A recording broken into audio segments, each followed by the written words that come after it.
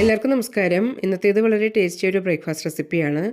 നുറുക്ക് ഗോതമ്പ് കൊണ്ടുണ്ടാക്കുന്ന ഒരു അപ്പത്തിൻ്റെ റെസിപ്പിയാണ് ഷെയർ ചെയ്യാൻ പോകുന്നത്. ആവശ്യമായ ചേരുവകൾ നോക്കാം. അതിനായി വളരെ ചെറിയ നുറുക്ക് ഗോതമ്പാണ് എടുത്തിരിക്കുന്നത്. കുതിർന്ന് കിട്ടാൻ ഇതാണ് എളുപ്പം, അതുകൊണ്ടാണ് ഇത് എടുക്കുന്നത്. ആദ്യം ഇത് കുതിർത്തിയെടുക്കാം. ഇതിലേക്ക് 1 കപ്പ് വെള്ളം ഒഴിക്കുന്നുണ്ട്. നന്നായി 2-3 പ്രാവശ്യം കഴുകിയെടുക്കാം. അതിനുശേഷം 10 മിനിറ്റ് കുതിരാനായി വയ്ക്കാം.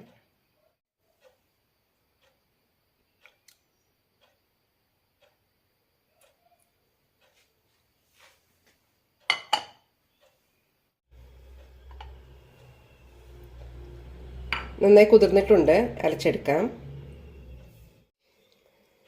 കുറച്ച് വെള്ളം ഊറ്റിക്കളഞ്ഞ ശേഷമാണ് ഇടുന്നത്. വെള്ളം കൂടാതെ ശ്രദ്ധിക്കണം.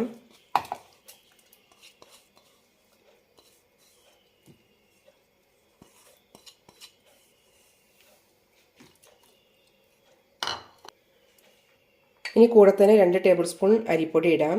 ഇത് വറുക്കാത്ത അരിപ്പൊടിയാണ്. 2 ടേബിൾ സ്പൂൺ ഗോതമ്പ് പൊടി, 1/4 കപ്പ് തൈര് കൂടി ഒഴിക്കാം. ഇനി നന്നായി അരച്ചെടുക്കാം.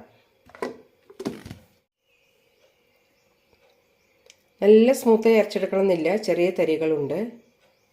ഇനി ഇതൊരു ബൗളിലേക്ക് മാറ്റാം. ഇനി മാവിലേക്ക് ബാക്കിയുള്ള ചേരുവകൾ ചേർക്കാം. ചെറുതായി അരിഞ്ഞ പച്ചമുളക്, ഇഞ്ചി, ഗ്രേറ്റ് ചെയ്ത ക്യാരറ്റ്,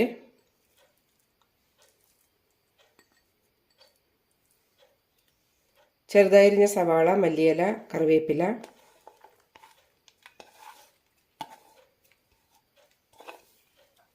ഇതിലേക്ക് കുറച്ച് കായം കൂടി ഇടാം. 1/2 ടീസ്പൂണോളം ഇടാം. ആവശ്യത്തിന് ഉപ്പ് കൂടി ഇടാം. നന്നായി മിക്സ് ചെയ്യാം.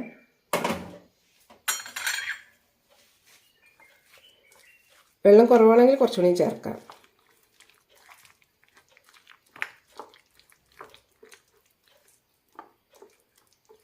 ഇഡ്ലി മാവിൻ്റെ ഒരു കൺസിസ്റ്റൻസിയാണ് വേണ്ടത്.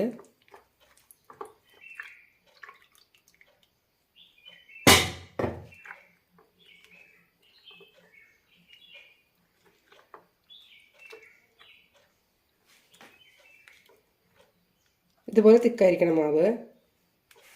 അപ്പം ഉണ്ടാക്കുന്നതിന് മുന്നേ 1 നുള്ളി അപ്പസോഡ കൂടി ഇടാം. നന്നായി മിക്സ് ചെയ്യാം.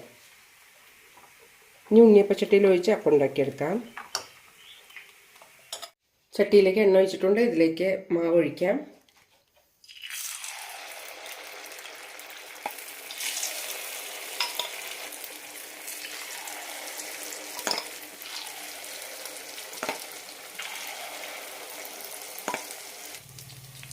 സൈഡുകളൊക്കെ ആയിട്ടുണ്ടോന്ന് തിരിച്ചിട്ട് കൊടുക്കാം.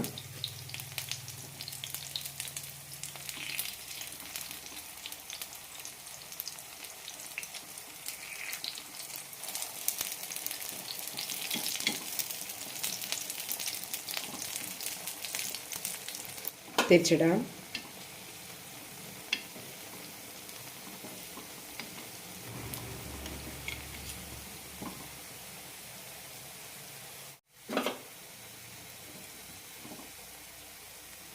ഇതുപോലെ ചോക്കുമ്പോൾ എടുക്കാം.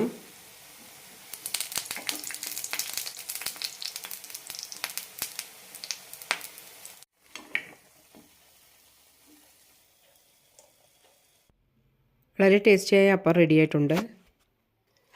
കൂടെ ചമ്മന്തിയോ സാമ്പാറോ അങ്ങനെ ഏത് വേണമെങ്കിലും സെർവ് ചെയ്യാം. നല്ല രുചിയാണ് ഇത് കഴിക്കാൻ. ബ്രേക്ക്ഫാസ്റ്റായും ഡിന്നറായും സ്നാക്കിനെല്ലാം ഇത് ഉണ്ടാക്കിയെടുക്കാം. ഉപ്മാവ് ഇഷ്ടമില്ലാത്തവർക്ക് ട്രൈ ചെയ്യാൻ പറ്റുന്ന റെസിപ്പിയാണ്. നല്ല സോഫ്റ്റായി തന്നെ കിട്ടിയിട്ടുണ്ട്. അതേപോലെ ഉള്ളിൽ നല്ല ലേയേഴ്സായി വന്നിട്ടുണ്ട്.